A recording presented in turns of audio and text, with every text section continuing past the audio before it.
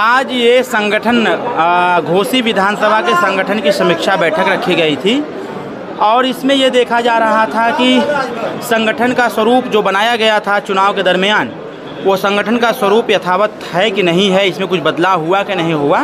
तो आज इसी की समीक्षा की गई है और समीक्षा के साथ साथ जो सुहेलदेव भारतीय समाज पार्टी ने मुहिम चला रखा है कि उन जातियों को, जो जातियां अपने अधिकार से वंचित हैं, सामाजिक, शैक्षणिक, राजनीतिक और आर्थिक दृष्टिकोण से जो जातियां वंचित रह गई हैं या जो पिछड़े और पिछाड़े गए लोग हैं, जो सरकार बनी, जिस लोगों को वोट दिया सरकार बनाया, सरकारों ने उन समाज को, उन जातियों को छलने का काम किया। ऐसे समाज से कैसे हम लोग एकजुटता बनावें, उनके साथ कैसे वार्तालाप करें, वार्तालाप करके उनको सुहेलदेव भारतीय समाज पार्टी के विचारधारा के बारे में बता करके सुहेलदेव भारतीय समाज पार्टी के साथ जोड़ करके उनकी उन छोटी बड़ी समस्याओं को देखते हुए लड़ाई लड़ने का काम जो सुहेलदेव भारतीय समाज पार्टी ने ही आज अपने कार्यकर्ताओं को बताया। क्या वजह रहा कि घोसी आपको कहा?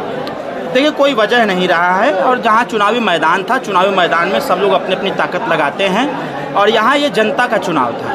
यहाँ न तो माननीय सुधाकर सिंह जी का चुनाव था, न ही दारा सिंह चौहान जी का चुनाव था। यहाँ जनता का चुनाव था और जनता ने अपना निर्णय ले लिया था कि नहीं, मुझे इस बार क्या करना है। यहाँ अगर बीएसपी बहुजन समाज पार्टी पूर्व की तरह चुनाव लड़ गई होती तो यहाँ सबको अपनी ताकत का अंदाज़ा हो गया होता और हमारा प्रत्याशी भारतीय जनता पार्टी और सुहेलदेव भारतीय समाज पार्टी का प्रत्याशी बम्पर वोटों से चुनाव जीतता, सिर्फ यहाँ पर बहुजन समाज पार्टी अगर अपना प्रत्याशी दे दिया होता था। बिहार में वो जातिगत समीकरण आ गया, मतलब वो आ गया, आंकड़ा आ गया, राजभर उसमें से गायब। मैं तो यही कह रहा हूँ ना कि बिहार के नेता, बिहार के जो राजनेता हैं, जो सरकार चला रहे हैं, उसमें इतने बड़े बड़े घोटालेबाज हैं कि चारा घोटाला, इक्विपमेंट घोटाला, फिर उसका स्वास्थ्य में दवाई घोटाला, ऐसे तमाम अनाज घोटाला, ऐसे घोटालेबाज घोटाला करते करते अब जातियों का भी घोटाला चालू कर दिया उन लोगों ने।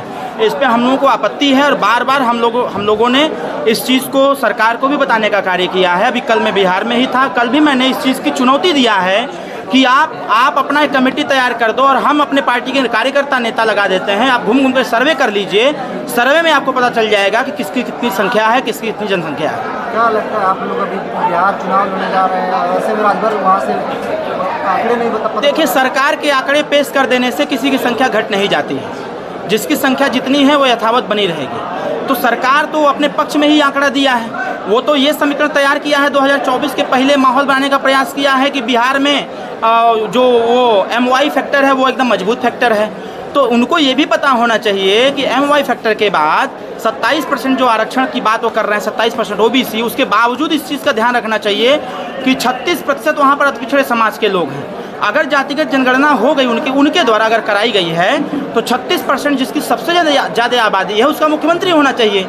तो माननीय नीतीश जी और तेजस्वी यादव जी, लालू यादव जी इस चीज़ का आकलन कर लें, आपसे सामंजस्य बना करके किसी राजभर समाज को या रजवार को या राजवंशी को या किसी पिछड़े समाज के व्यक्ति को वहाँ मुख्यमंत्री का कुर्सी पर बैठाने का काम कर दे, अपने आप सब कुछ स्पष्ट और साफ हो जाएगा। आपने कहा कि अखिलेश यादव को चिल्ली बर्बादी में डूब बनना चाहिए, क्यों ऐसा? देखिए, अखिलेश यादव को मैंने इसलिए कहा, इस बात को मैंने इसलिए कहा कि अखिलेश यादव जी विदेश से पढ़ करके आए और जब वो विदेश से पढ़ करके आए तो यहाँ पर आकर के जिस शैक्षणिक व्यवस्था में परिवर्तन लाना चाहिए था, तात्कालिक समस्याओं के अनुसार उनको परिवर्तन करना चाहिए था, उस पर न करके बल्कि उन्होंने यहाँ के बच्चों की मानसिकता को दबाने का प्रयास किया। जिन बच्चों के बैग में लैपटॉप और टैबलेट होना चाहिए था, उन बच्चों के झोले में थलिया, गिलास, कटोरी अगर दिलाने का काम किसी ने किया तो अखिलेश यादव जी ने किया। इसलिए मैंने कहा कि उनको तो चुल्लू पर पानी में डूब मरना चाहिए और योगी जी से सीख लेना चाहिए कि जो मजदूर के बच्चे हैं, गरीब के बच्चे हैं, ये अच्छी पढ़ाई कहाँ पढ़ पाएंगे।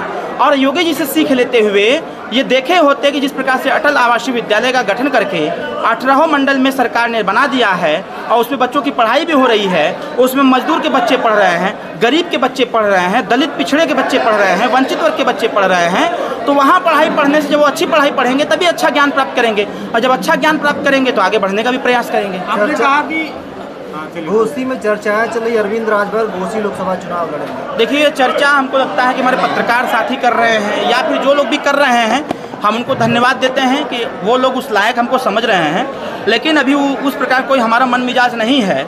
सुहेलदेव भारतीय समाज पार्टी सदैव संगठन पर काम करती है। यह संगठन सिर्फ चुनाव के लिए नहीं होता है, ये संगठन दल को मजबूत करने के लिए भी होता है। इसके साथ साथ इस संगठन से जुड़े हुए लोग या फिर गांव में रहने वाले वो जो गरीब तबके के लोग हैं, उनकी समस्याओं के समाधान के लिए संगठन तैयार किया जाता है और संगठन तैयार हो रहा है। यहाँ की चर्चाएं अगर इस प्रकार की हैं तो चर्चा करने वाले लोगों को हम बधाई देते हैं, धन्यवाद देते हैं कि चर्चा जारी रखिए। ओम प्रकाश राजभर जी मंत्री कब बनेंगे? मैं तो मंच से कहा कि मंत्री कब बनेंगे वो हमारा विषय है, और मंत्री उनका डेट मैं जानता हूँ।